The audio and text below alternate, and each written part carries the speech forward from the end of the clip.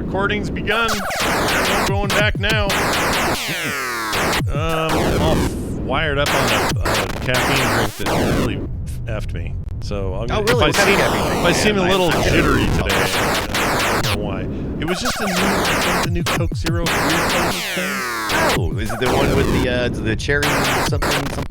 Strawberry cream something. Strawberry cream. That was it. Ooh, that was so good. It made me jittery as hell. So so if I seem zero, right? Yeah, if I seem a little jittery. Maybe the past one you, Scott. Oh, chat room says, oh shit. Sorry, chat. Was that playing weird the whole time? Damn it. Sorry. What was it doing? It's a long story. Let me make sure this is right. Oh, that means it was playing the whole time that they were here for the pre-show. Sorry. Aww. Sorry. Scott's bad. But as long as you watched us here, you didn't hear it because it's not on this. That's annoying. I'm sorry. I apologize. All right. It should be off now. Yeah, they're not getting it now. All right. Just when the title was up. Okay, here we go, Brian. This is it. Recording has begun. We're going to play the thing, and off we go in 3, 2, 1. There's Defender, a space battle game made by Williams Electronics on the North Side. The object is to fly over your planet, shooting down the enemy spacecraft, which are trying to capture your humanoids. Well, when you're playing the game, you always get the green men down at the bottom so that they don't pick up your men and turn into mutants, because when that happens, you can give up the game, because when you lose your world, there's no way of getting out of it. The planet can blow up. Yeah, the planet can blow up and you go into space. God, ain't that the truth? You go into space. You go into space. Yeah.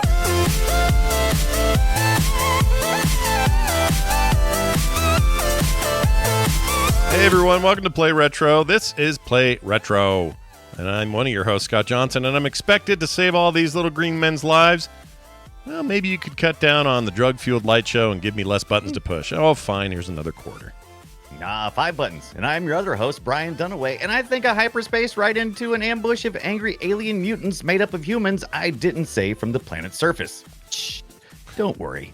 I'll shoot you now. Die, alien half-breed! Pew, pew, pew! No, Groot, it's my turn. Groot! My favorite reference to Defender is in the Marvel universe. Is it? Groot playing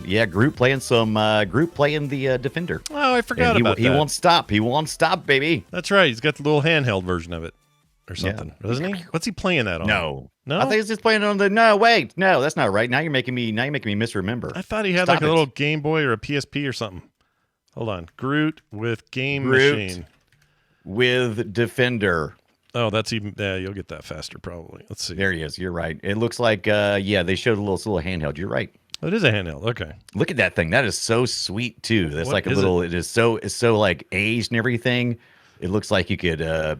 It's about the size of. What's a good reference? If you're old like us, remember the Star Wars flight stick? Yeah, it's about that size. Yeah, it's about right. Ooh, it's very nice. If you're younger, it looks like a iPad Mini. How about that?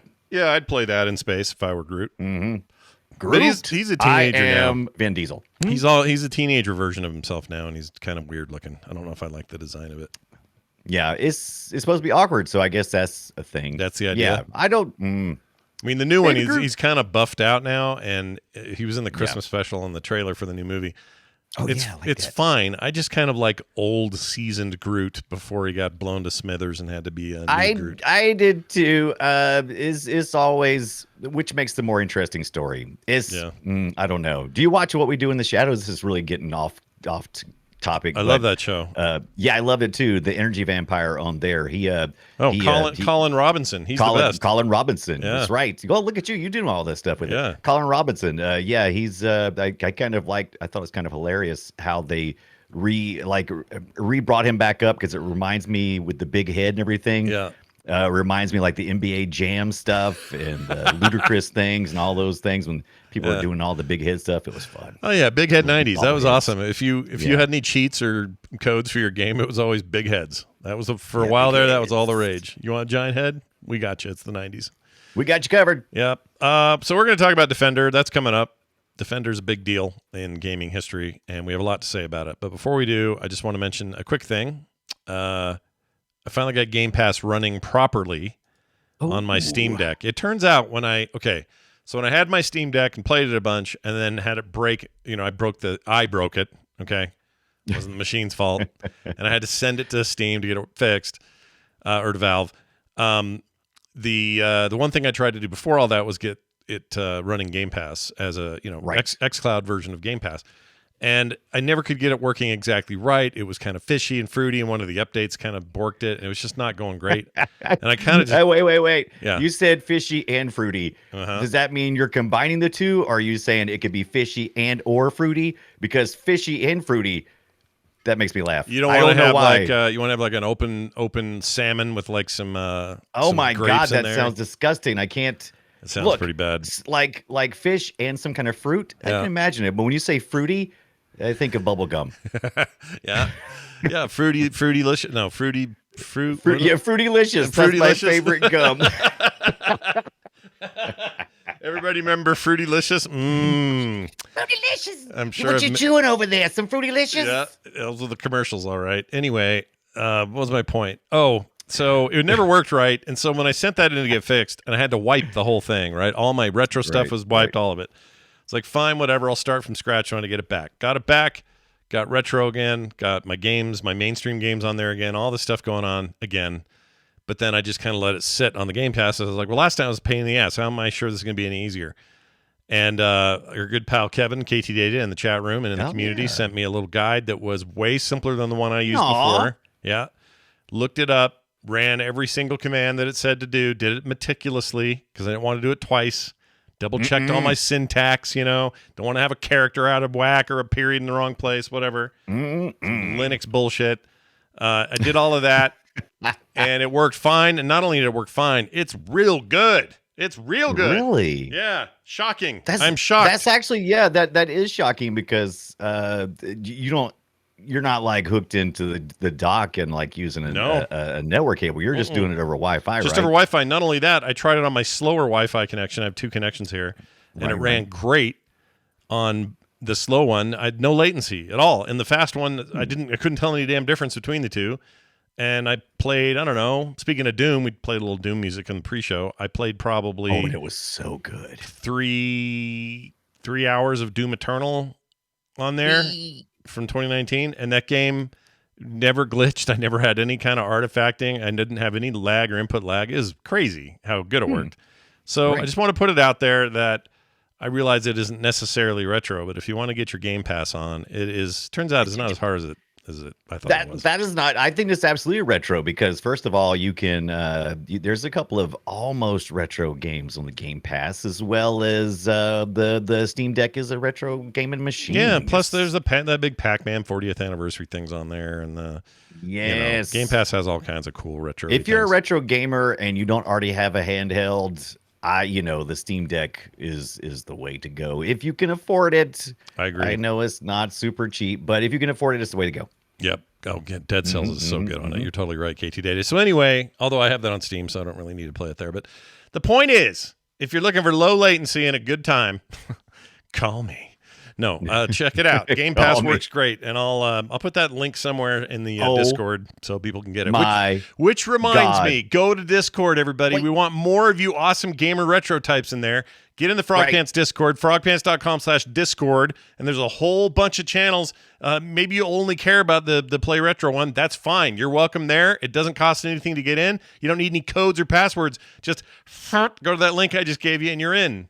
I feel ignorant, and I feel ignorant because I just got a message from I just got a message on Discord, by the way, from Skits, one of our friends, sent me a link, and I sent it to you, to the vintage 1982 Arcade Defender handheld portable electronic game by Intex from Taiwan. I didn't know. I thought that was a prop they made for the movie. What? Look at the community bringing us a little information. We don't always do a lot of community stuff while we're doing the show, but is this what Group played though? Group played this? This the one. This looks like the one. If it's not the one, it looks very much like it. That's so rad. What is this? C batteries in the back, it looks like? Right? I don't know. It's a good question. Do those rotate around or something? That's what you could play like against people? I don't know. I don't know what that is. Look at all the buttons. Smart bombs. Yeah, that's bananas. $79. Yeah, there's a whole It's bunch of these things. I've never seen them before. pretty so now banged I up. have a new thing. This one's pretty banged up, but that price isn't bad. I actually like the fact that it's banged up. Yeah, I kind of do too, if I'm honest. I like that. It kind of makes it look really freaking badass. Yeah, go check that out. Vintage 1982 Arcade Defender Portable. Right, and I'm gonna have to look back and look now and see from the movie to see if he's actually playing with one of these or if they just kind of reimagine it for the movie. Because this thing looks awesome. It doesn't look like it's a real active screen. Those looks like it's little dots and stuff. I don't know. This is absolutely one of those Game & Watch basically equivalents. Right. That's how those work. Ooh, game speed control. No thanks. Ooh, speed How up. about slower? How about slow down Defender? Yeah, good Lord, Defender. Anyway, that's what I was up to. Brian, when you've been doing a little something, what do you got going on there? Yeah, so this past week I got turned on. Well, I was watching all this stuff about Defender and finding more about Williams and how that relates to Midway. Anyway, there was a new documentary a couple years back called Insert Coin, and it kind of outlined mostly the Midway years after they merged or after Williams took the name on of Midway, and we got into a lot of the Mortal Kombat stuff. But we did get to see some early on stuff from Williams as well. It was just a few bucks. I think it was like $3 or $4 on Vudu is where I got it from. It's called Insert Coin, and I watched that, and it was fan-freaking-tastic. I loved it. Those guys remind me of all of us, all of our friends. It's like they weren't necessarily close friends. They weren't all like filmed in the same room, laughing it up. It was a bunch of people who could get together and have fun, but they were also all self-starters, individuals that would do well on their own and did do well on their own. But it's a really good watch if you haven't seen it yet. And I also was really looking for the arcade 1-up 40th anniversary Defender that they released a few years back, and I can't seem to find anywhere, but I did find one on eBay that's really tempting me. I put a picture in there in the show notes over there under picks, links, and picks. Oh yeah, look at that. And it's the small tabletop one. It's not like the one that has the riser and everything else. This is the tabletop one, and it has. So when you say riser, I always think you just mean the little bit to make it tall for an adult, but you mean like the whole base when you say right. So this is just this is the tabletop one. This is not like I like this one, dude. I want this. This is cool. This is freaking sweet. I can't find. They're not selling them anywhere. They're on QVC. They got clearanced out at the end of last year for like $99, and they're all gone. And now I can do is go to eBay and go, why is it $499? I want it for $99. Damn, that's expensive. I want it though. I just missed it, man. If I had been paying attention, if we had done this episode last year, I could have gotten one. Be laughing all the way to the planet surface. Well, here's the one I got. Rescue. Hold on. You hear that? So look at this. I do hear that. Here, let me put it. Oh, it's one of those little tiny arcade things. It's like so the one little tiny ornament type looking thing that you'd hang. It's got like a little thing to hang. It's got dust on it. Jeez. Anyway, you hang that on your just like the real one on your tree or whatever. I have like 7 of these. All the Defender and Joust, or just in general? Just Defender. I have Joust also, and I have Galaxian. I have Galaga, Pac-Man, Miss Pac-Man, and. Do you hang those in your tree? It seems like your tree would take a beating if you hung those things. They're kind of heavy looking. They're about the size of your palm. You can grab it like about the size of a cell phone, like an old flip phone cell phone. Yeah. How big would you call it? I don't know, 1/16 scale or something? I don't know. I would have guessed so. But all of them have it, so if you push one of the buttons, it just does a little demo with it's got some screen. Nothing's moving on the screen, but it's flickering like an old screen. Does it have like 5 buttons like the Defender did? Yeah, this has got a bunch. Plus the 2. Oh, yeah. 1, 2, 3. Yeah, it's basically everything about it is rendered out like that. And even the top decal thing or the top marquee is backlit. So you get like a nice little backlit love on it. that. Yeah, I can't see it in the camera very Us and our toys. Little screen is cute. I love these things, but really making them actually turn on and make noise is kind of useless to me because I would just I want to play it, but I can't with that little stick. Yeah, there's no way of playing that. And then the ones that come with the big fat stick for your thumb, that ruins the illusion that this is aesthetic. A tiny little version. Right. It looks like a toy. So what you need to do is 3D print yourself playing. And that would be, yeah, that's the thing. That's Oh, what you gotta make me a do. little Make version yourself of me. 1/16. Yeah. Yeah. I don't have a printer. You'll have to make it for me. Well, I'll make you one. Oh, but you got an iPhone. You can use some of that 3D scanning software. Scan yourself That's in, send true. it to me, and I'll print you out. That's true. That thing's easy to use, right? Uh, I mean, scanning's easy as long as you do it right. You do a nice 3D scan, and then yeah, I send you the file.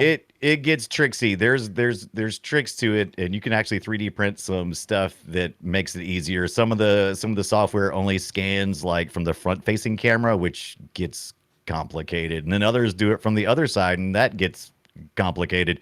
But yeah, it's possible now. It's in our hands. It's in our hands. The way technology should have always been. All right. Well, on that note, let's talk about Defender. Shall we play a game? Now, if you want to look at the simple definition, Defender is a side-scrolling, sort of back and forth, though, not one direction, shooter video game developed by Williams Electronics in 1980. It was released in arcades in 81.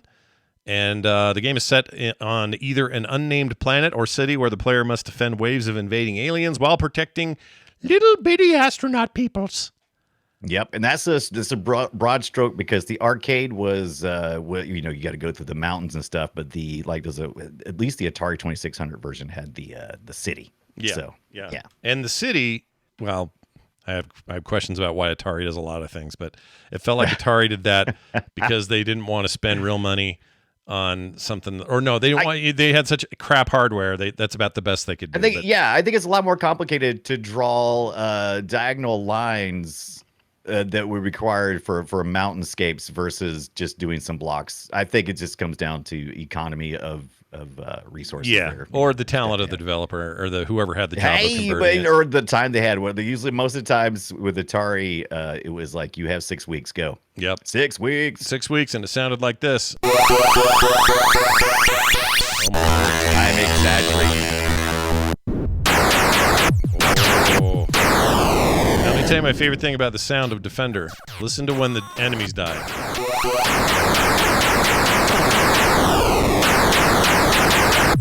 There, you hear it? They go boom, boom, boom, boom, boom, boom, boom. Like they kind of have at the very beginning of the clip when Defender first comes on, it sounds like a robot voice, and I've always tried to decrypt what it's saying. Is it actually saying anything, or is it just a noise? Let me play it one more time and see.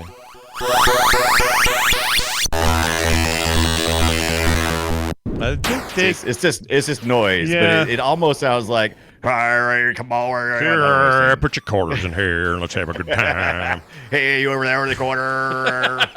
I don't know why he's like one of those auction guys going, do I hear three? Yeah, it's a very iconic sounding game, and when I would hear Defender noise, I knew I was in a good place and I was about to have fun.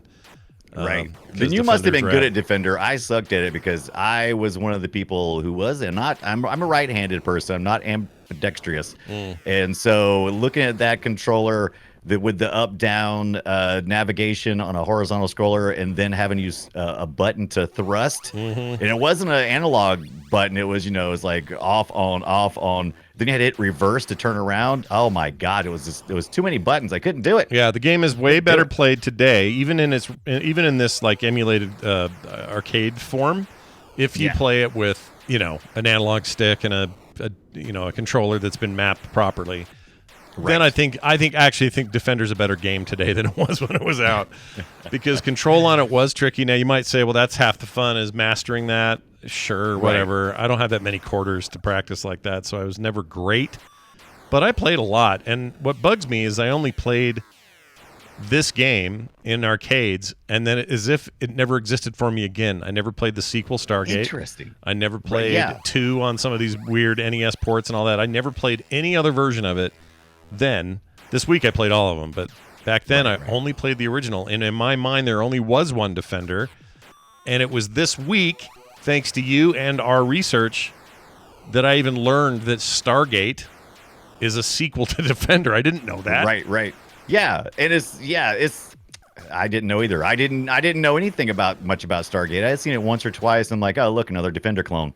Is what I thought, because there was tons of Defender clones during the time. I only played it mostly on the Atari 2600 version. So I had a very different experience because every time I went to the arcade, I would try to play Defender, and the game was designed, get better, noob, because when you started, it was designed to eat most people's quarters in the first 30 seconds. Then you would get better over time once you learned it. And I think that's one of the reasons why it would never have worked otherwise, because they would have changed a lot of other gaming mechanics in the game if we did have that, like we have controls now. Because I could actually play if minutes, 5 minutes or so, just starting out when I map my controller properly.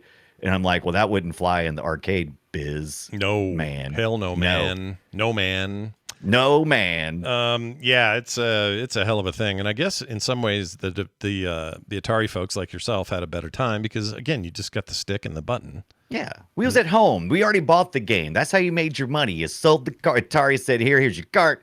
Thank you for the money. Yeah. No, you can't return it.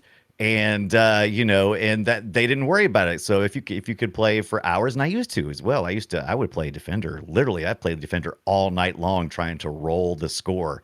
It's just you get into this mindset. It's we've talked about it before, the flow, and you just feel like you're just going left to right, scrolling. It was my first true. It's probably my first true experience with like a shoot 'em up.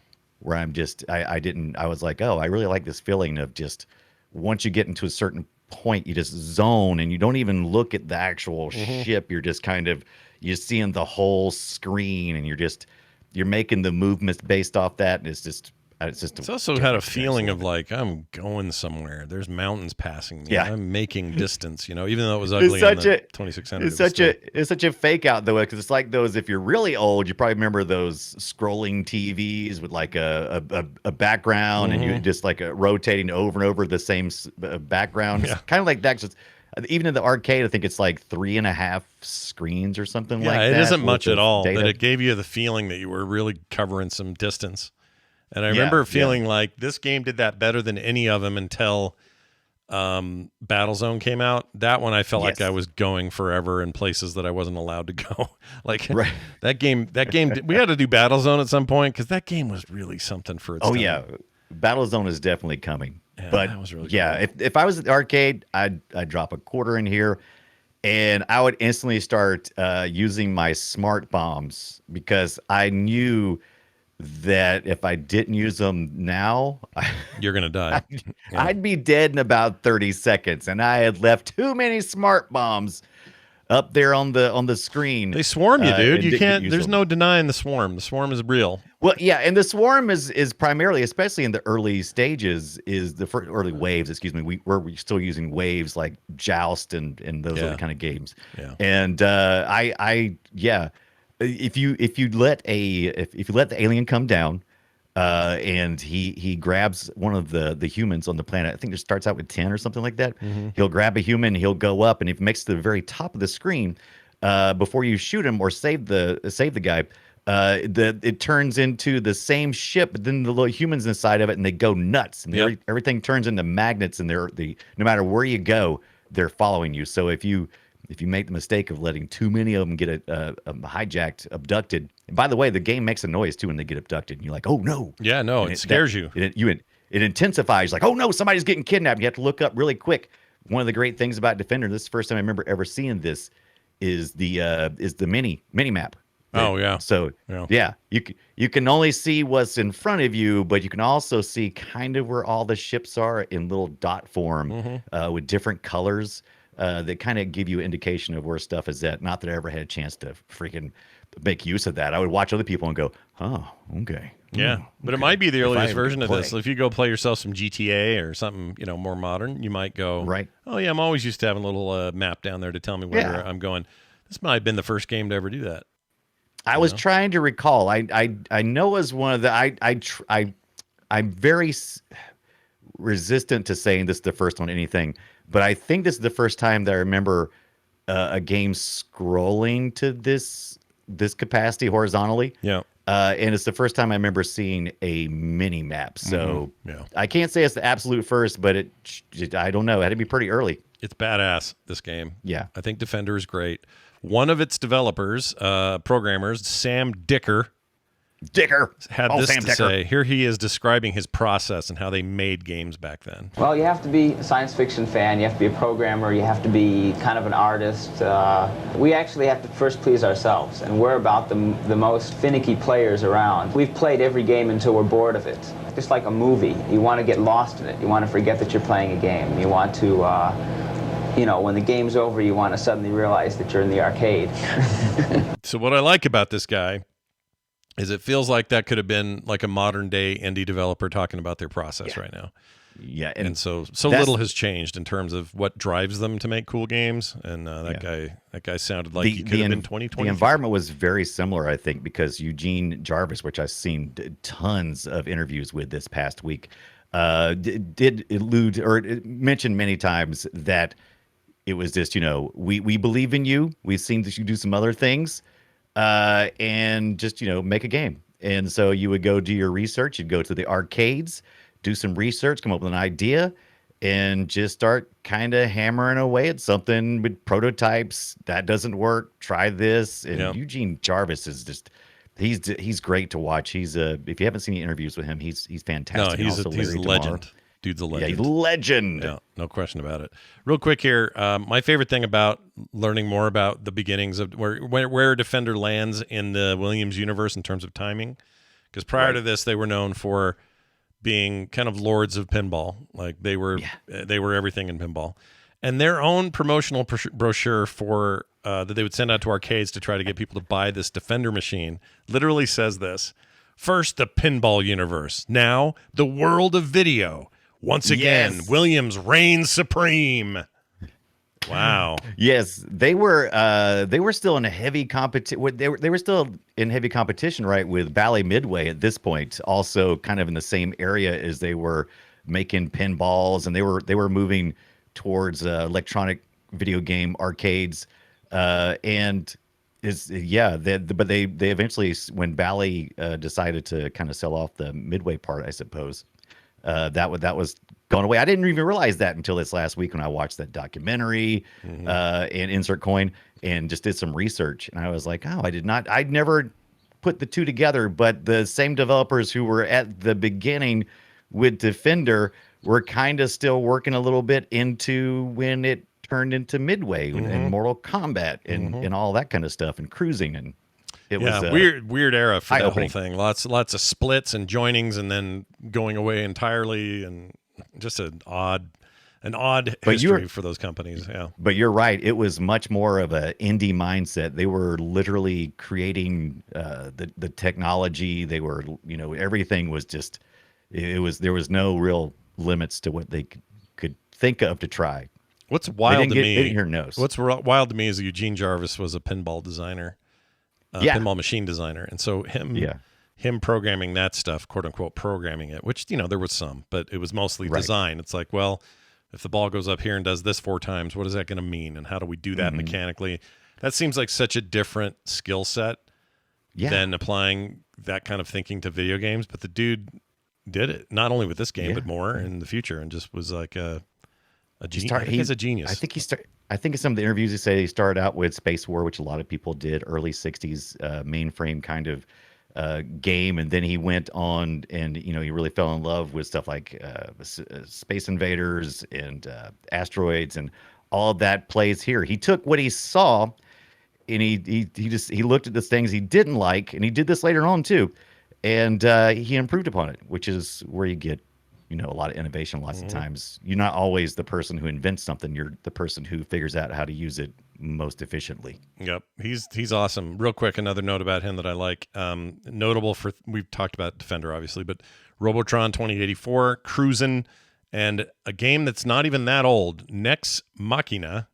Yes. Or Machina. I don't know how they say it, because it's not like the Machina normally, like Nex Machina. Right. What am I trying to say? The Machina, Ex Machina. Sorry, that's what I was trying to say. I think they spell it differently. These guys, I think they want you to say Machina, but it doesn't matter anyway. It was a job he did, or a collaboration he did with Housemarque. Housemarque makes amazing games, and you could argue that a lot of Housemarque games, they're dual stick shooter games, are directly inspired from the genre that Defender helped create. Yeah. And so he came back in 2017 and helped them with this game. If you see this on sale on Steam somewhere or anywhere else, do not pass it by. It's a rad game that is very cool, and it's got him written all over it. You can get it for like $15 or something on Steam. It's very, very good. Don't forget Smash TV. You said that right. Did you say Smash TV? I did say Smash. Did I? Or it wasn't on the list? No. I don't know. It wasn't on the list, Smash TV, Jarvis. Those guys. Crap. You're right. It's on here somewhere. Yeah. But that's fine. Smash TV is going to get some episodes. He's a stud. We don't have to talk about it too much. That guy's great, and I love him. And also, when we get to talking about what kind of games can you play now that are a lot like Defender, that's one of them. The other game, Resogun, which is basically a straight-up Defender love letter. Like, it's Defender. You have little green dudes to save and everything. It's so good. It's like modern Defender with like particle effects and amazing stuff. I love that game. Defender is so much fun. Like I said, I play more on the Atari 2600, but man, getting to play at being able to actually not be hindered by my learning curve versus the number of tokens in my pocket really let me enjoy Defender to its fullest, I think. I agree. And it was fun to play it again in retrospect, because I didn't know about the other games. I thought it was on its own. I did play this on my Atari Fight Stick, and I want to let you know, I don't know if you have a Micro Center close to you, but the Atari Fight Stick, it's a dual stick fight stick with the trackball in the center, with replaceable components. Micro Center had it for like $120 this past week with the Raspberry Pi 3. Either one of those is almost that every day of the week. So if you need a Raspberry Pi, go get yourself a free Atari Fight Stick, and if you need an Atari Fight Stick, go get yourself a free Raspberry Pi, because that's kind of the deal right now. And hold on, are they? I don't have one here. So that's unfortunate. Can I get it online? Can someone get one and hold one for us? Now, come on. someone could get you one if they were. You have to actually buy. That's the thing about Micro Center. They want you in that store spending your money, because it is a sinkhole. You'll go in and be like, oh, I'm just gonna get one thing. Oh my God, I spent all my money. Yeah. So that's smart. That's smart on their part. Yeah. But this Fight Stick has 6 buttons on it. Which is great for Defender, and they're not spaced out like Defender, but I'm looking at what's called OpenCade, and it allows you to have a 3D printed bottom case, and then the top you can kind of print out as you need, and you can put it in the configuration you want. And I'm really interested in that, because I want to go play at the arcade Defender, and I want to whoop your ass is what I want to do, Scott. I'm ready. Let's go. I want to show you what it's all about. Okay. All right. That's tough talk from you. So let's do it. That really is. Hey, another game came along. You might be confused with both movie and TV property, but that wasn't even around yet. And that would be Stargate. All right. Same year. Similar sound effects. A little bit more, though. A little bit more complex there. Different enemies, different stuff to do. Sharper looking ship. This game is called Stargate, and it may as well have been just called Defender 2, which I actually think it should have been. I think they have a branding problem here. Yeah, I wasn't sure. I meant to look deeper, but there was some lawsuits, and I don't think it was from the Stargate people we eventually got to know as Stargate. I think it was something else was going on. I think it was with the Defender name and not the Stargate. It was something with Defender, because I'm a little surprised there's very little about it to find and read. Right. So I don't know why they exactly did it, but it seems like, well, we can't call it Defender 2, so let's call it Stargate. And I don't think that was a good idea. And here's my reasoning. When I was a kid and I played Defender in the arcades, I loved it. And if you said, hey, Defender 2 is down at the arcade, I'd lost my mind. Let's go right now. But instead people are like, I don't know, you're a kid, you're not really nuanced, you don't know what the hell's going on. So somebody says, let's go play Stargate. What the F are you even talking about? It changes the dynamic of your expectations, like you're saying, entirely. Defender means, when you see Defender, you're like, oh, I know what I'm supposed to be doing in this game immediately. I'm supposed to be defending these humanoids down here. This one's called Stargate, and there is a Stargate. That's what's added this time around. Instead of just hyper jumping, you can also hit a Stargate. And I think doesn't the Stargate take you directly to anyone being kidnapped, I believe, if I'm remembering correctly? Yeah, to the closest one. There might be 2 happening at once, but you go to the closest one. Yeah. Right, and it's in specific areas. That guy did a good job of catching the human, by the way. When you shoot the abducting ship, if you shoot it, the human will fall. You grab him with your ship and you land him safely, hopefully, if you don't shoot him like I do. But you're right, the expectation, if you had heard Defender, you'd be like, oh, I'm defending things. Stargate doesn't elicit any of that emotion. It just sounds like a different game. Yeah, just like a different game. And it is a different game. It's but it's an update. This isn't that different from Defender. It's a lot like it in almost every way. And it's not even the most important part of the game. It's just one aspect of the game. So I don't know. It's interesting though, and it was quick, as often these things were back then. They didn't take years to make sequels. They very quickly wanted the money, so they're like, "All right, make another one." This one had a working volcano, which I always appreciated. I love that, but I was kind of confused why it was more like the star fields in the back. It didn't seem to cause any damage to my ship, and I was really freaking out at first because I was like, "Oh no, look out!" No, I think it's purely cosmetic. I think that effect. Yeah, it's purely cosmetic, which is cool. They just ramped it up. They said, "Let's do Defender and let's ratchet it up a little bit." And I did not like some of the new baddies though. What was it? They had some really weird names. Firebombers. They should just call them all quarter suckers because they're just harder. They're harder. Space guppies. There's Freds, Big Reds, Munchies. The Munchies are the ones I hated. Yeah. The Munchies like our little Pac-Man like little things. I don't know what they're doing there. Yeah, they suck. They can eat a turd. Yeah. I hate them. Not a fan. What the crap are space hums? Or they just like make noises? I don't know. But I didn't realize that's what they're really called. They're called space hums? Space hums. And this was actually developed. So if you watch the video that I've talked about a million times, where's my royalty money for this? Yeah. Insert coin. Jarvis and DeMar left Williams and had their own indie studio for a short time called Viz Kids. And they're the ones who developed this Stargate. And still published through Williams. I guess maybe subcontracted. I'm not sure exactly what all the legalese was on it, but it was developed specifically by them in their indie studio. Yeah. I know a guy named Jarvis up the street. His name is not Eugene though. That's just Eugene? A little aside. Yeah.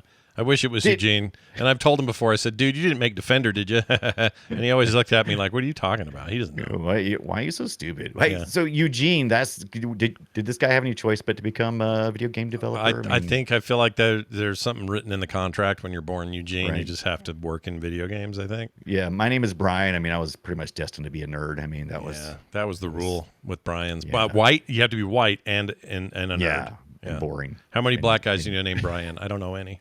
I actually know a few, believe it or not. Good. But that's because I'm on. It's kind of like break the stereotype. When you have a particular. Well, it's kind of like when you have a particular car. Suddenly, you see that car everywhere. So yeah, that's a good point. Brian's a particular kind of car, and we like him. We like his car. Yeah. Not very efficient on the highway though. Your fuel efficiency is no. You put me on the road, and I am like, you're gonna have to be feeding me some McRibs, and that's just going to cost you a lot of money. It's not a good idea. That's true. So according to the game, this terrain, they call it, which is just a wireframe of mountains, inhabited by a small number of humanoids. Enemy ships fly overhead. The goal is to destroy the enemies and prevent the humans from being captured. Again, it's pretty much Defender. It's just Defender, but with a few new gimmicks. Same strategy for the most part. One thing we didn't talk about with Defender is how it kind of uses like that asteroid momentum thing. So your ship's flying in one direction. Even though you're like in the atmosphere, you still like you fly one direction, hit the reverse button. Yeah, there's a reverse button. How lame is that? And you flip it around. You kind of float for a second, which is cool because I like shooting things as I'm backing away from them. I don't like shooting things when I'm going towards it. Yeah, no, I'm with you. It's like strafing in a 2D plane. Yeah, I get it. Whenever I'm shooting something and moving towards it, I have a tendency to just suicide right into it. I don't mean to. It's just like, I don't know what it is. It's weird, but I don't like it. I don't know what it is about you just describing that. It makes me want to make custom original Doom levels. Why? Why is my brain gone there? Something about what you were describing. I don't know. Yeah. You got to strafe, baby. You got to roll back. Oh, it's the strafing. That's what it is. I was talking about strafing, and it made me think of Doom. Is it the Defender Gibbs? Is the Gibbs Gibbs. Yeah. I don't know. Gibbs. It's the Bee Gees. It's Stephen Gibb. I have no idea. All right, let's move on to a game called Strike Force, which came out 10 years later, 1991. Yeah. This is after Jarvis and Damar returned to Defender to assist in the making of this limited release arcade distribution. Here's what that sounded like. Whoops, why is it quiet? That's going to say it sounds just like Defender. Here it is. This one's a weird one. Yeah. You might not have seen this in the arcade because it's pretty limited.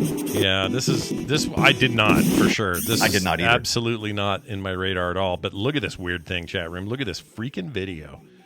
Like, clearly, they got a little parallax scrolling, and yes, you're rescuing dudes, but you've got rotational shooting. We're still sprite-based, but everything is smoothed out and got shadows and stuff, so it looks more 3D, right? I guess so. It's an odd look for a thing that's kind of Defender, but not. It looks like a Defender ripoff, is what it looks like to me. Yeah. It actually looks a lot like some of the crappy Defender ripoffs that came later, so it's kind of feeding back into itself. But once again, you're still doing your Defender thing. You're picking up humans and saving them from the aliens, and we're in the jungle this time apparently, which is weird. Yeah, and we on the show we always make a joke out of Choplifter. I don't think Choplifter exists without Defender because it's basically the same concept. It's just a helicopter in a jungle, but for the most part, it's the same. Rescue the dudes, kill the bad guys, go back to base. You're done. Yeah, or in this case, you destroy the prehistoric beings, pterodactyls, and you still get your mini map, though, right? Yeah. I do like how the little dudes are bouncing all over the place, and you're having to pick them up, and they hang like idiots. And I don't know, there's some fun. That was one of the mechanics in Stargate Defender 2 that I never could quite get in hand. If you played Defender, it would show you tips if you hit certain buttons during the track screens and stuff. I don't know if that was in part 2 or not, but I did learn something that I was supposed to do in Defender 2, I believe, where you pick up the humans, you can stack them. So like you have like 3 of them together, and then you blast through the Stargate, and something's supposed to happen. You win or something? I can't remember, but it was pointless to know what it did because I could never carry more than I got 2 one time, I think. Oh, really? Wow. Look at you, big money. Once for 5 seconds. Yeah. When I wasn't shooting them. Yeah, not. Ooh, I didn't know you could change up your weaponage. Look at this, different ordnance. Yeah, there's weapon pickups in this one. So cool. they added some new things that were, look at the screens. It reminds me of Smash TV. Oh yeah, big time. The color palette here and the style, totally. And this would have been near that, right? Smash TV was close to this, I think. Closer than Defender. Probably using whatever quote unquote engine they had devised for this. Exactly. Yep. It's okay. It's just weird and rare, and I don't have any love for it because I just don't remember seeing it. But it's entirely possible this is a fine game. I don't know. I don't know. I'm looking at it, and I just don't see how it could be a fine game. But whatever. Now, the one you were playing at home sounded terrible. It sounded like this. That part's all right. It's like, how do you know you're on Atari? Because I'm hearing the same 4 sounds over and over in different language or different volumes. That's why. I have too much nostalgia for this one to give it any crap. Yeah. I don't mind giving Atari 2600 the crap it deserves, but with this one, it's too much nostalgia to go that I didn't like it. It's just such a blinky mess, though, man. Like, I don't know. I love okay. So some of the things that were limitations on the Atari, this is actually this is one of the best arcade ports on the Atari 2600, in my opinion. And one of the reasons why is because some of the things that the hardware limited them to, they actually kind of improved some parts of Defender and kind of made it their own. This firing thing that happens when the ship is firing. Yeah. This allowed me to play a lot longer because when you fire, your ship disappears, obviously, because there's not enough resources to render both the ship and the fire and the firepower, right? Right. So as a result, you're invincible for just a second while you fire. And of course, you only can fire so fast. You got only one button on the Atari 2600 and the stick. Yeah. And I like that part. Plus, also, your thrust is left and right because you do have a joystick. It simplifies the controls a lot. If you go all the way to the top of the screen and you hit the button, that's when you jump to hyperspace. If you go all the way into the city, then down at the bottom, then you hit the button and you do the smart bomb, which is great because that's usually when you need to use it anyway, because you see that somebody's about to be abducted. The ships that are abducting, instead of just picking up people like a claw machine like they did in the arcade, they actually have like a nice little laser, like a little tractor beam that pulls them up. You know what's weird though is like the mini map up top is nonsense. It doesn't actually tell you anything. It's really hard because what it's trying to do is you get used to the flashing. There's a lot of flashing, even more for the mini screen because it has to refresh, and so it's off almost as often as it's on, and so you get used to it after a while, and you kind of but at first it's very disorienting. I'm not going to say it's a great game, but I will say I thought it was a pretty good. It means a lot to me. How's that? It means a lot to me, and I thought it was totally a pretty fair. Support. I also think they made a vast improvement for the 5200. It was almost arcade. Yeah, this is almost arcade perfect. They've still got some issues. Yeah. It's a little slower paced, which maybe that's good. Yeah. I never had this console, so it's difficult to say, but there's a little bit of sound from it here. Things got a little better in those days on the sound front. Yeah, we were no longer in the city. We were back in our mountainous areas. Mm-hmm. You know, this guy's always doesn't know what he's doing. He's shooting the people. He can. Yeah, this person's bad. They're bad. Oh, and they still won the wave. So well done. Well, I also want to say they're bad, but I also want to preface that with I want to say this. This had the paddle, kind of the joystick 2-button, but it also had the pad thing. Yeah. Remember the little button pad thing, number pad? It was garbage. Yeah, you had to that's where some of your programming was at. You had to drop down there to do some stuff. I'll never understand how there were ever meetings at Atari, Nolan Bushnell in the room, and they're all like, guys, what do you think of this kludgy nightmare for a controller? I don't know, man. I've got so much pot in my system, I could probably say no or yes, and it'd be the same. Like they didn't know what they were doing. Yeah, I want to put a remote control down at the bottom of a regular Atari stick. What do you think about that? Sounds great. So we're actually going to be more. Let's take the paddle and put a stick on that. Yeah, and then put a phone pad at the bottom where you can dial phone numbers. Yeah, I mean, basically they didn't. Nobody knew what ergonomics was back then. I understand that, but I just don't know how you put those prototypes in your hand and went, "Oh yeah, this is next level, baby." Yeah, the simplicity of a stick and a button. That was pretty good on the first Atari. I mean, it wasn't the best, but it was simple and straightforward, and you knew how to use it, and you could hand it to a grandma or a kid, and they'd both know what to do with it. That new controller or anything Intellivision made or any of this fang-dangled weirdness. Yeah, I got an Odyssey 2 back over here that's a pain in the butt to control. I'm looking at it right now, just looking at it with disdain. Oh, yeah, I bet that one's a rough one. That's got to be rough. Well, ColecoVision and Television, all those guys had the pad. I don't know why. I'll have to. Somebody will have to. Listeners, tell me the game that made all of this worthwhile, because I can't think of any games that was this was great for. No, what game in any of that era in television, 5200, 7800? What was pushing this? Yeah, this idea. I wonder. Were you doing fake phone calls? Were you doing? Did you think big games are gonna? Nintendo will do this. They'll do a gimmick, 3D or a motion control or whatever, and then a bunch of games will be built around it. Were there a bunch of games that said enter the code on the phone thing? Maybe that's a good question. Were they looking at maybe passcode entry? Maybe that might would be a good use for it. I guess so. I don't know. Just a beast, dude. But they didn't have batteries in those, did they? Where would they store it? I don't know. I don't know either. It's dumb. I don't know. Let's just say it's dumb. It is dumb. It's dumb. Like I said, I don't understand the purpose. I've never played any game that made use of it that I thought was worthwhile. Yeah. But what do I know? Yeah. Well, I'll tell you what you know. You know the truth. The truth is the 5200 controller is an abomination, and they should be embarrassed. Whoever made it happen. Should be embarrassed. They should be embarrassed. It's embarrassing, that thing.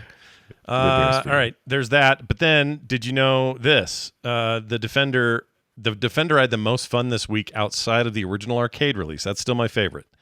Yeah. But the one I had the most fun with was this. Okay. we need to understand something here real quick. Why did they make a Defender game for the NES that had that intro music?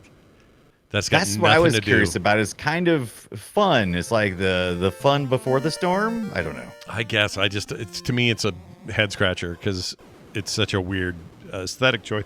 But the game itself, great, dude. Yeah, it's great. And they finally was able to call it Defender 2. Apparently, they got all the legal issues worked out, or they just said, we're releasing this for the Famicom first, and we're going to call it Defender. Yeah, and it plays really well. It's perfectly suited for the gamepad. It's fun, like tight. It has a tight kind of control to it, and it just makes a huge difference. And this, too, by the way, is basically Defender, it is basically Stargate. Yeah. Because it's got the Stargates, and it's got the...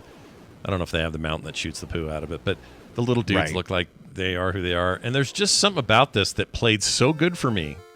This is the one I'm probably going to go back and mess with more. I liked it a lot. I did too. It is really fast. This one's a very Defender-ish. It's a really good port for the NES. Mm-hmm. It looks, I was kind of shocked that NES was able to actually pull most of what it did. But I guess it makes sense once you really start breaking it down. But yeah, this is a good port. It looks good. It doesn't blink out of control. It doesn't have the problems the NES used to have with like slowdown and some of that. It's just a nice, clean, tight-looking arcade port. And I don't know. Plus, you get to do your left and right for your thrust. Yes, the way it should be. Yeah, not this bullshit thing. Reverse key. Come on. That was my favorite to play, and the only reason that it's not number one is because I also played a similar control scheme for the ROM I played of the arcade one.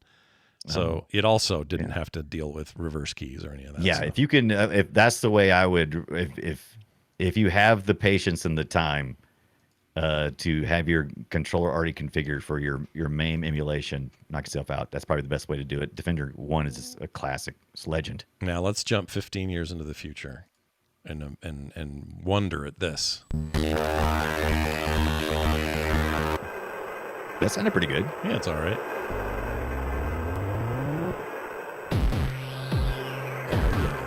Oh, getting a little bit of music here. Yeah.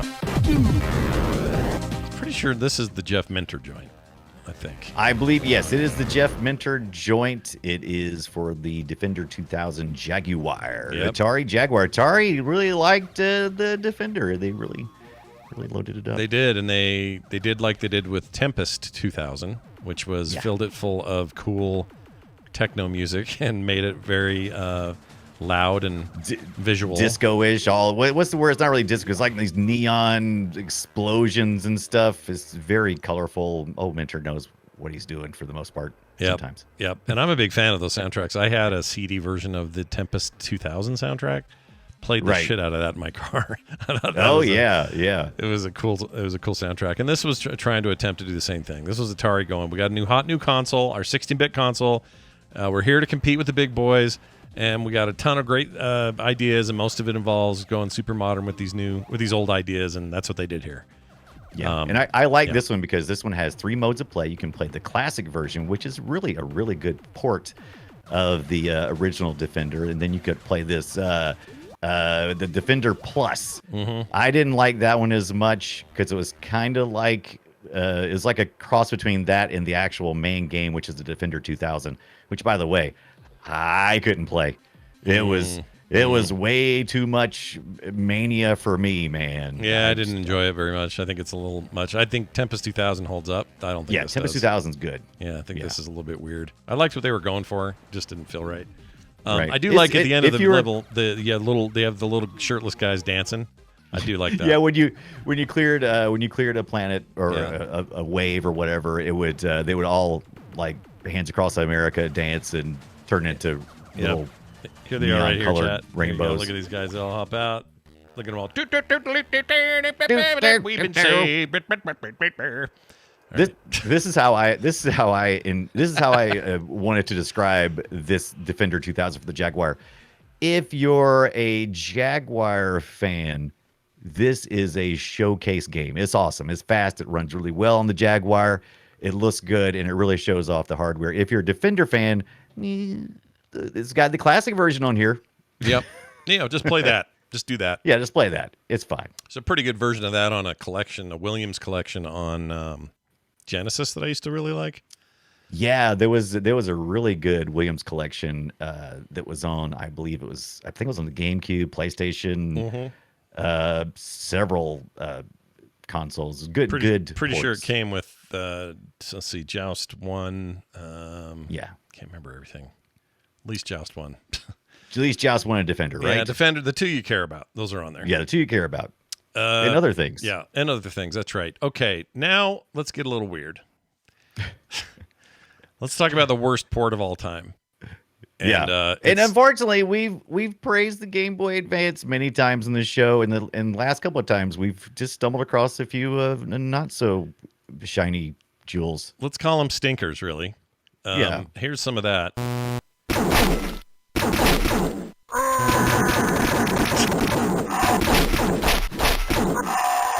I do like the yelling aliens, though. Big fan.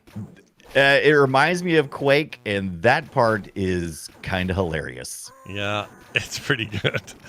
It's just not enough to save the game. No, it's a bad game. It's hard for me to even put my finger on what makes it so bad. It's just bad. So what makes it bad, Feels in my bad. opinion, is the fact we're on a really small screen, so you have to make the sprites much larger. Defender is already cramped when your ship is really small because of the speed that's expected from going from side scrolling. And since this thing is pretty large on the screen, you can't hardly even turn around and fire once before you run slap into something. It's too cramped. It's just too cramped. Yeah, I'll give it a little bit of love for the screaming alien death guys, but that's about it. Right.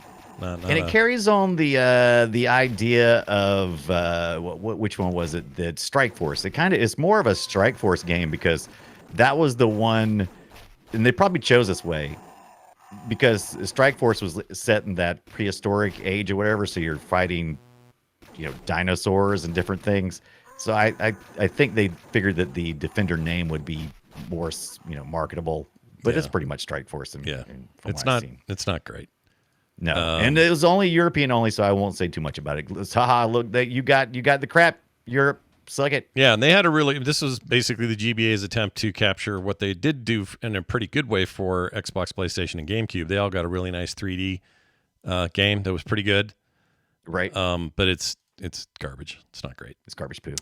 A few others are worth mentioning. Drop Zone, I never played. Yeah, that's a well-loved Drop Zone clone, Defender clone. Everybody loves that. People are fans of that business there. Yeah. Attack of the Mutant Camels. I love that one. I had never seen this one before, and I when I was looking for Defender clones, this is one that showed up, and it's just what it sounds like: mutant camels in Defender. Yeah, it's okay. If you're around in '99, you could have hilarious. picked up the Joust and Defender Game Boy Advance Arcade Hits collection, which was excellent. I love this. Yeah. This is very inexpensive. You go to Price Chart and you can find there's tons of these pumped out. Joust and Defender for the Game Boy Color. I want to pick up a copy of this. Or I said Game Boy. I said GameCube, didn't I? I meant Game Boy Colors. Oh, you did? I'm sorry, Game Boy Color. No, Yeah, my yeah. bad. Yeah. They play but, great yeah. though. They're really good versions of these two games. Yes, they really were, and they almost had like a unique blending of the graphics. Mm-hmm. I really liked how Joust looked. Joust has a real sharp, clear look to it when you're playing the arcade, but for some reason the way they had to make it smaller and the sprites were kind of what's the word, like a dithered somewhat. Mm-hmm. It looks really good. Yep. Pretty awesome stuff. appreciate it. Yeah, I like it too. I like them a lot. I also really Solid like the gameplay. art on those machines. I thought they all had great art Oh yeah. Either on were. the side and such. We need to talk about that one day. Arcade art and the artist who did it, because there was a real talent there. Yeah, I would for that agree. Stuff. You would argue, or you could argue, that Sinistar is the true follow-up to the Defender series, but I would actually argue more that Sinistar is a combination of what was happening with Asteroids combined with what was going on with Defender, and I think to great success. At some point on this show, we need to do a deep dive into Sinistar, because I love that if nothing game. else, for the great Sinistar sound. Oh we yeah, need to man! do some That guy yelling at Sinistar. me while I'm walking past the arcade. He's such a dick. Yes, he's such a turd. He's such a dick. Did you know that you can build Defender from the source code yourself on GitHub? No, no, True it's story. true. That's crazy. I think about 3 years ago or so, they released the source code and put it right there on the GitHub. And I would curious what people are doing with that. Yeah, are anyone making cool mods or doing something goofy with it? I'd like to see can that. You even do that? Yeah. I don't know what you can do with the source code. I'm sure you could do almost anything. Yeah. Yeah. Did you ever play any of the? So Defender made it. It at least passed through the Shockwave excitement. Remember Shockwave? Remember that? No. Flash. You remember Shockwave? The Flash stuff. Oh, you mean Shockwave? Like the tech / the platform. technology. Right, yeah, right, the right, technology Shockwave. Yeah, I do remember that. Yeah, I thought you meant a game named Shockwave. I knew a No, Transformer. I wish. That'd be cool too. There's a Transformer named Shockwave, but I don't think that's who you mean. Oh, like there's still Shockwave.com still as a place. I'm afraid to click on it. Really? Yeah, did somebody buy this? Certainly somebody bought this. And I guess it's online games. I didn't know that was still exist, but that was a big thing for a while. Play the video games in your browser using the Shockwave plugin, and Defender was right in there with all of them, having a good time. Defender's great, man. Nothing wrong with Defender. No. And if your wife gets yelled at by a stranger in a parking lot, Defender. Okay. Defender, pick her up and don't drop her. That's right.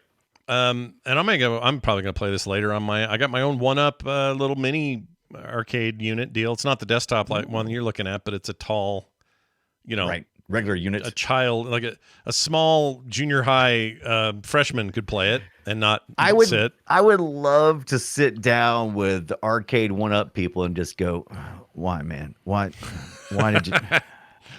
Yeah. Is there that much money in Rise? Are y'all saving that much money on risers? Are y'all making that much money on risers? I need to know what y'all are doing with the economy of riser. It's what weird. are you doing? It's weird. I don't get it either. I don't like it. Like it's got to be a financial thing. It's got to be, I don't know. It's like, oh, if we made this much weight, then we could save this much monies. Or if we sell the risers separately, we can make 200% profit off just a piece of wood. I don't know, but I just want to it kills me. All right. If you want to play the proper great grandson or great granddaughter, depending on how you want to look at it, great granddaughter of Defender, I seriously, I'm showing it on video now, but I seriously cannot recommend enough Resogun. It was originally a PlayStation 4 exclusive. Yes. It's now, I think, all over the place, but you can get it on PlayStation Plus. It's also just there on the cheap. I think I paid $4 for it.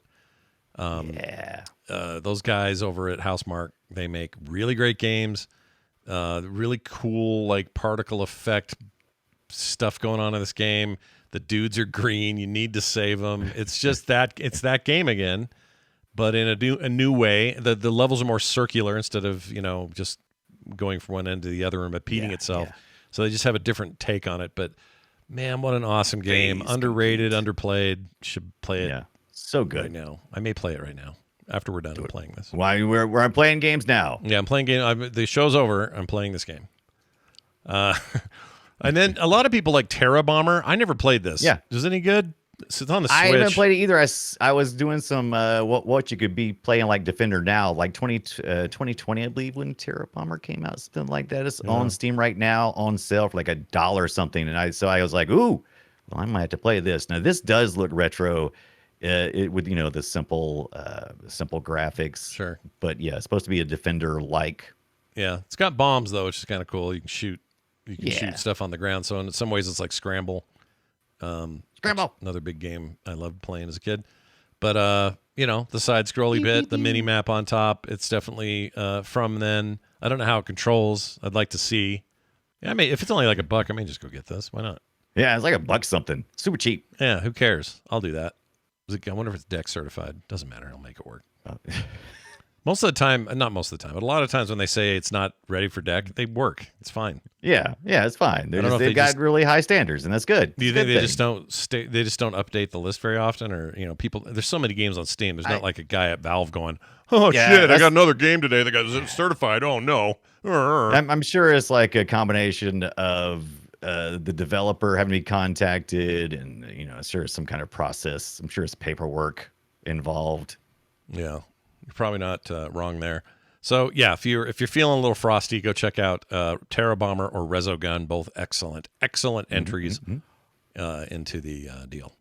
I am Defender. I played a lot as a kid, and I have fond feelings, and I'm really glad we covered it because I wasn't expecting to have as much fun as I did. Scott recommended this one, and immediately I was like, yes. Yeah, it's classic, man. Plus, you arcade people, you get antsy if we don't cover your stuff often enough, you know? That's right. You miss your arcade action. Yeah. Once in a while, we'll get an email going, how come you didn't talk about no arcade game this week? I'm like, okay, all right. Okay. Settle down. Sorry, we had to have our GameCube moment. Oh, I see Kevin in the chat had bought a GameCube because of last week. We made him spend money. Oh, yeah. Not Nice. GameCube, Game Gear. Bought it on Game Gear, that too. Facebook Marketplace, he said. Ooh, nice. Does it work? Do you have to recap that, baby? I don't know. I was eating dinner out where he lives, kind of in his neighborhood, and I forgot they had a nickelcade there. So basically, it's the arcade. You just go in there and you pay like $2.50 in nickels, and they give you a stack of nickels worth the $2.50 worth, and then you just go in and just spend nickels on arcade games all day. It's fantastic. Ooh, that's what I'm talking about. Can't I recommend got some it nickels. Yeah. Oh, you do have some. Well, then I got good news for you. Next time you're in Salt Lake, there's like, I don't know, 5 of these or something. And they have all really good shape, like legit machines, and a few too many of the ticket machines for my taste, but most of it's games. Right. Yeah. That's where you make your money at, though, right? Is it? I don't know. I don't know what they do with that, because I feel like for every pair of plastic vampire teeth they give away because you had enough tickets, there's some poor guy who just put his life savings in one of those things. So yeah. Oh, well, yeah. Well, I was talking about for the house. The house always wins. I wasn't talking about good for the people. Oh, I see what you mean. Yeah. The house does win. It is kind of gambling for kids. Those ticket machines. Oh man, you've never seen, like, they forget when I go with the kids, or when I used to go with the kids. When they were like between 8 and 12, that's like the worst time to take a kid to the ticket machine because they lose sight of the game itself, and the collecting the tickets becomes the game. And so they're literally just tossing in any game, doesn't matter what, just as fast as possible to complete the game, to get the tickets and to keep moving. Yeah, it's a crack. For them, it's just a crack dose. It's like, give me more crack. And their crack is seeing that thing go, and a bunch of tickets come it's out. like, how about you enjoy the game, and the tickets are just a bonus? How about that? No. It's almost predatory. It really is. Like, that whole business model is just like a little skeevy. I don't like it. A little bit. And then you come up and you go like, you know what? Forget the ticket stuff. How much can I buy that thing for? Some places will be cool and give you like a cash price, but other places like, nope.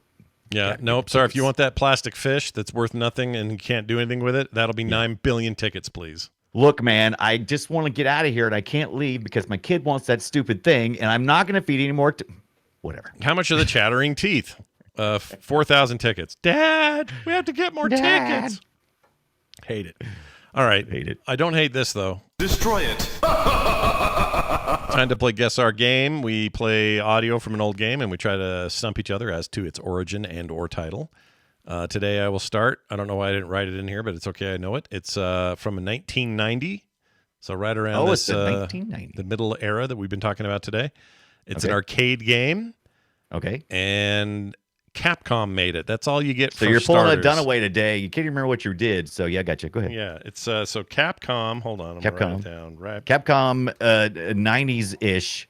Definitely 1990. That's the year it came out. Okay, definitely 1990. Arcade. Yep. Capcom. Arcade. All right, here it comes. You ready? I'm playing my audio.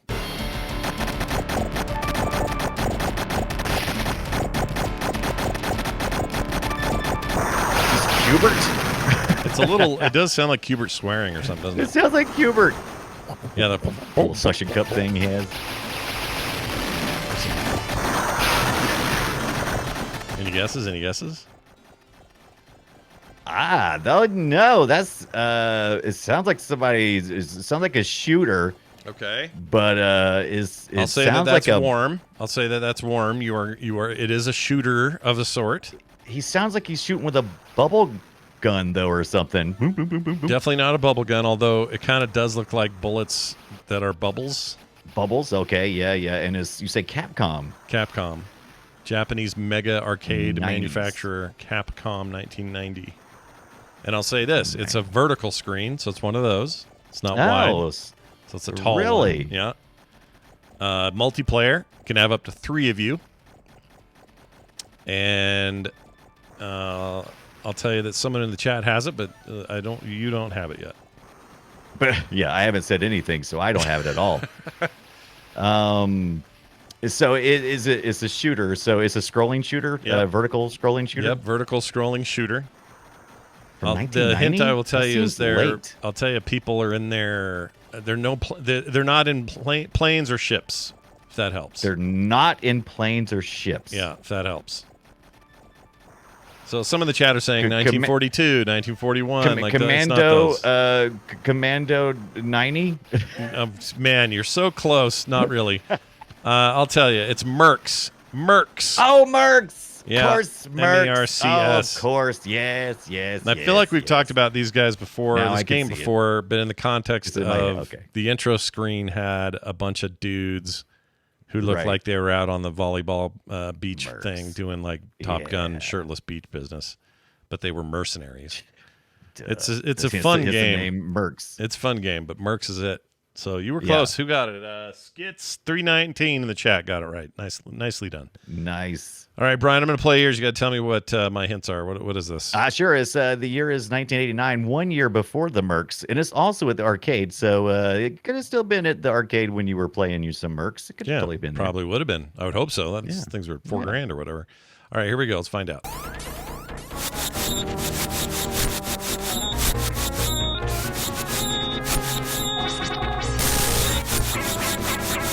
Oh my gosh. What would you say if I said this is also a Capcom game?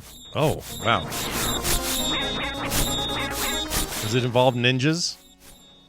Does it involve ninjas? That's my question number 1. We get 3 questions, remember?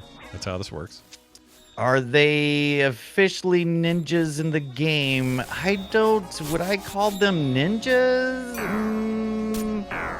Because it sounds Yeah, like he's a shing, ninja. shing, shing, They're shing, ninjas. shing, shing. They're ninjas. Okay. Yeah. Next question. Is it multiplayer? I never played with anybody, but I think Yeah. I think you could play multiplayer. Let me take a look real quick. I'm trying to remember. I just always play by myself. I don't remember if there was a multiplayer component, but there might have been. Yes, I believe there is multiplayer. 2-player. I believe. 2 Yes. players. Okay, that's Yes. interesting. My final question. Wow, I've never played with anybody else. It's always just me against the thing. Vertical scrolling, side scrolling, or Side to the combination? sides. To the side. Major influence on stuff like Ninja Gaiden, Devil May Cry, and God of War. Early hit for Capcom.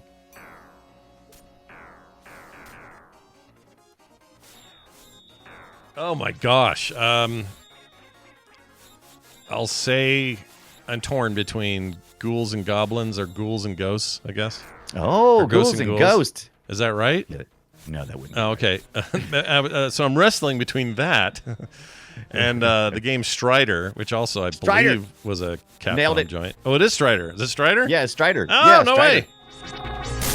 Strider's This it. explains like the metal on metal sound of everything. Yes. Cha-ding, cha-ding, cha-ding, cha-ding. Yeah, Strider was cool. How very sad that I never got to play with anybody. Was there a Strider sequel? In my defense, though, I always played it. I believe it was in front of the Kmart? It was like in the entryway when I played it. Oh, I don't know.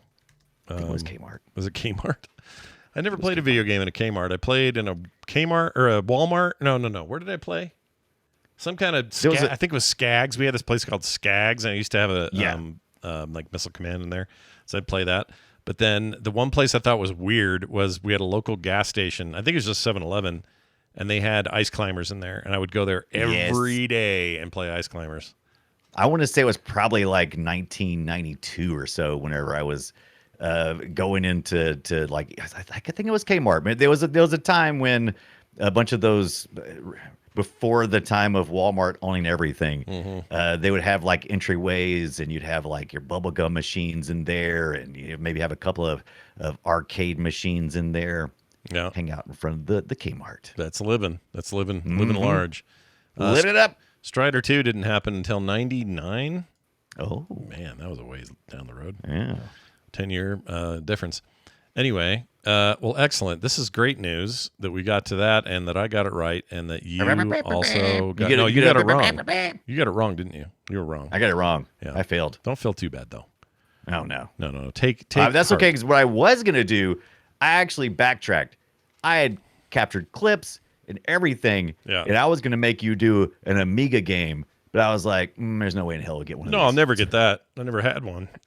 So, yeah, those are sometimes a little bit harder. But that's why I've been thinking about this more and more. We should have like a structure to the way we get to ask our 3 questions. Like, Oh, that's a good idea. ways of narrowing it down, basically. We just we take from like the trivia games people use where they have to say stuff. Yes. Like, is it green? No.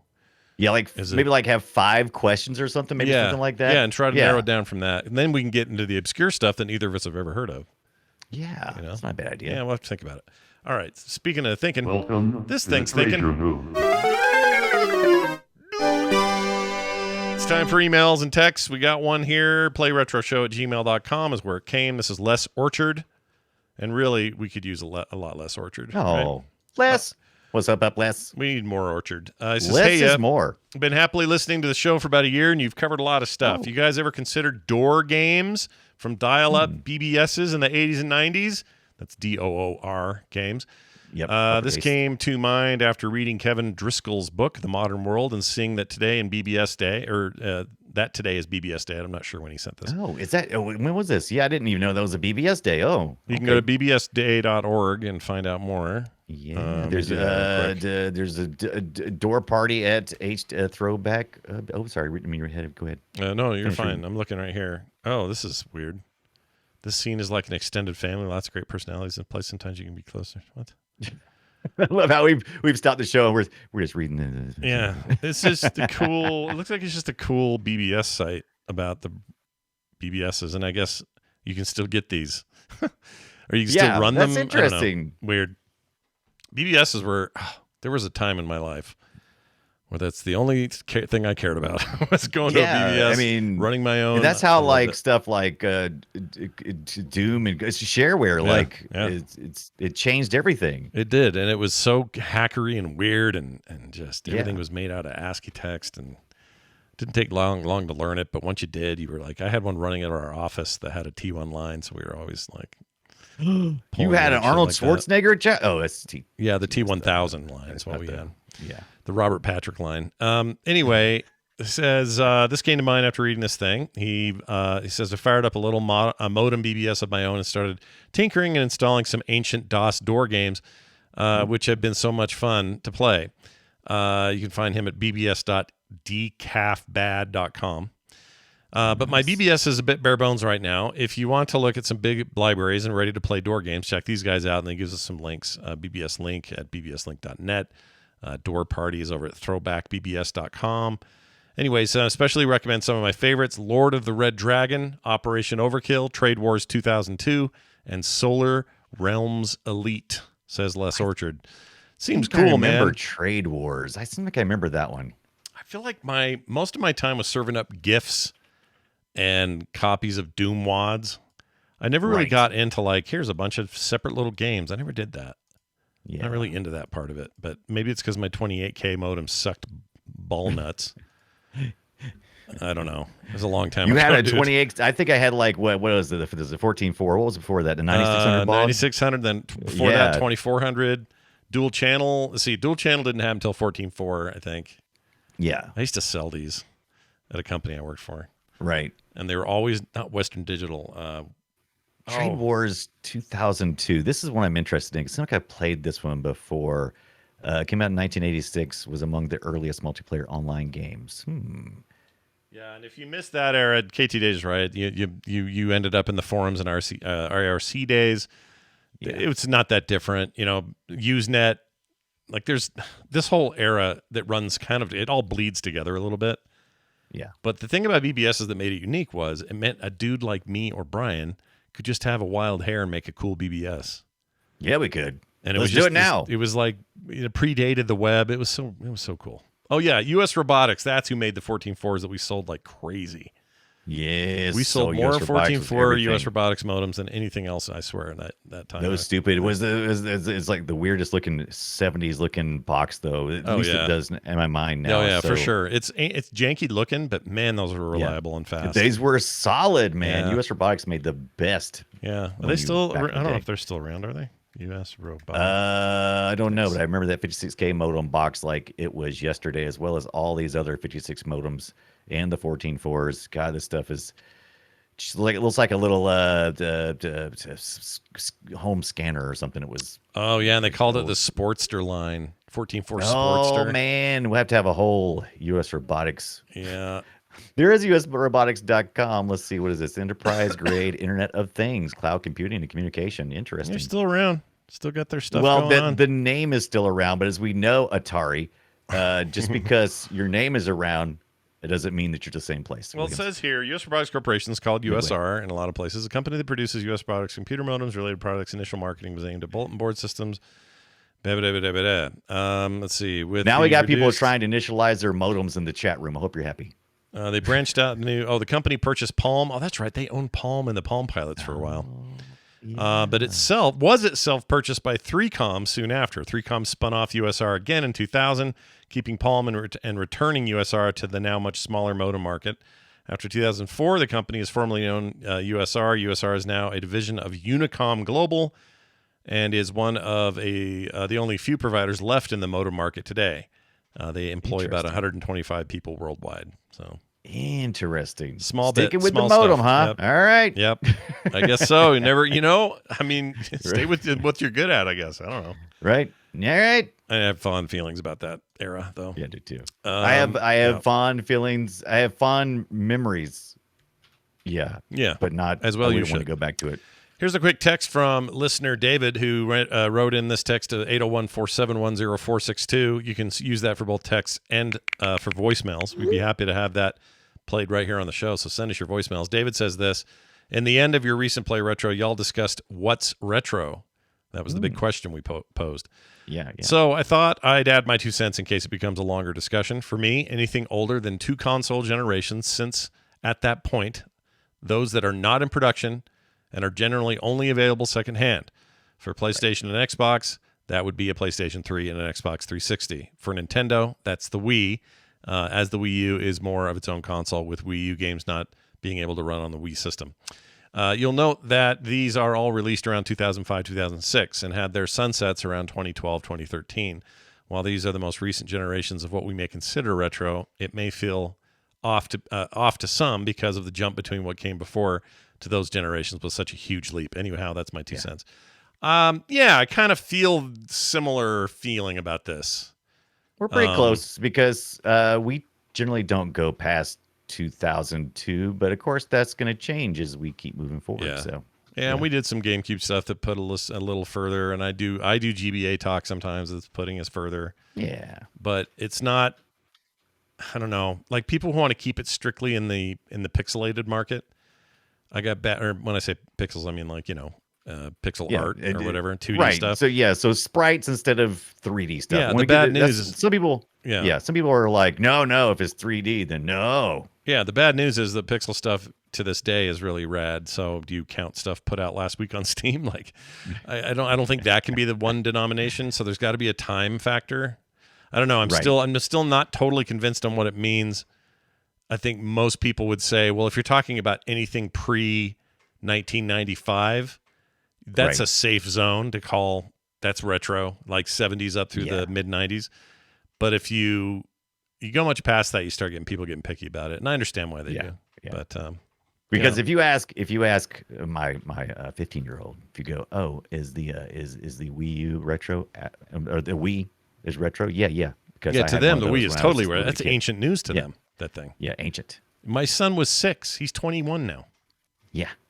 When that came out. So yeah. When I was 6, what it would have been the 70s, the 2600. Right. Atari 2600. Did I at age 21 look back and think any different than I did? I would have said, yeah, the 2600 is definitely retro. Yeah. And it was the same amount of time as Nick is from the Wii. We just have to get used to the idea that time is the same for everybody. It's just we perceive it different because we're older. I don't know. It's weird. Anyway, I want to say to David, that's a great email. And a great way to break it down. Thank you so much. Not email, text rather. 801-471-0462 is the text number. Brian, our next discussion this very next coming week is going to be about Star Fox. Why, you ask?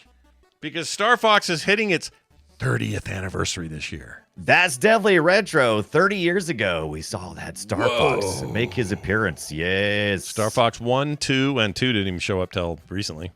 Yeah, we got that on the SNES Mini, I believe it was. Yeah, SNES Mini had a Star Fox 2 on there. A bit of a surprise. Yeah. Star Fox 64, the Assault game on GameCube. We're going to talk about Star Fox. We're going to do a barrel roll. We're going to see what Slippy has to say. Slippy Toad.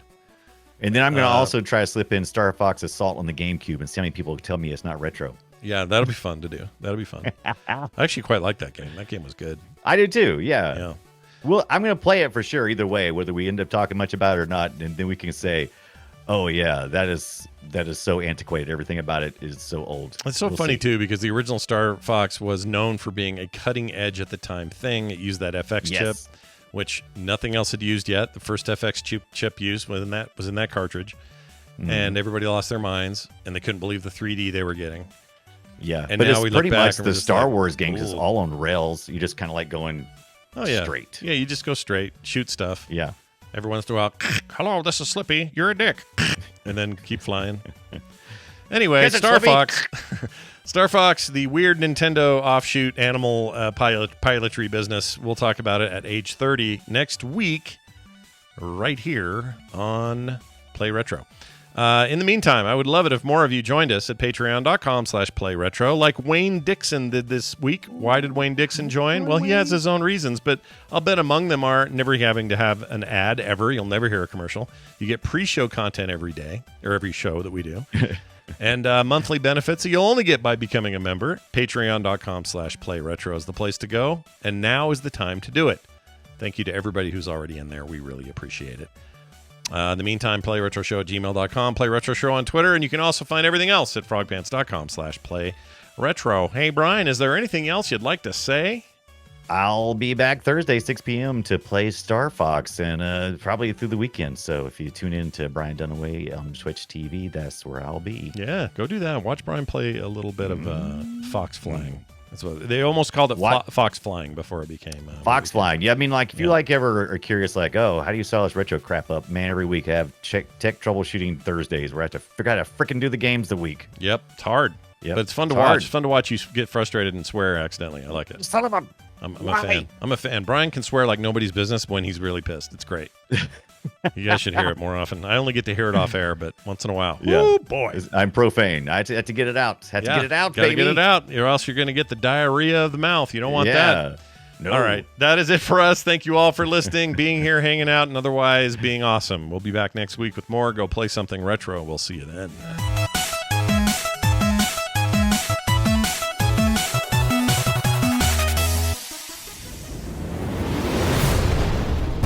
This show is part of the Frog Pants Network.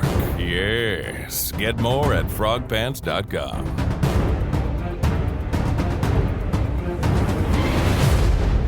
When you go into space.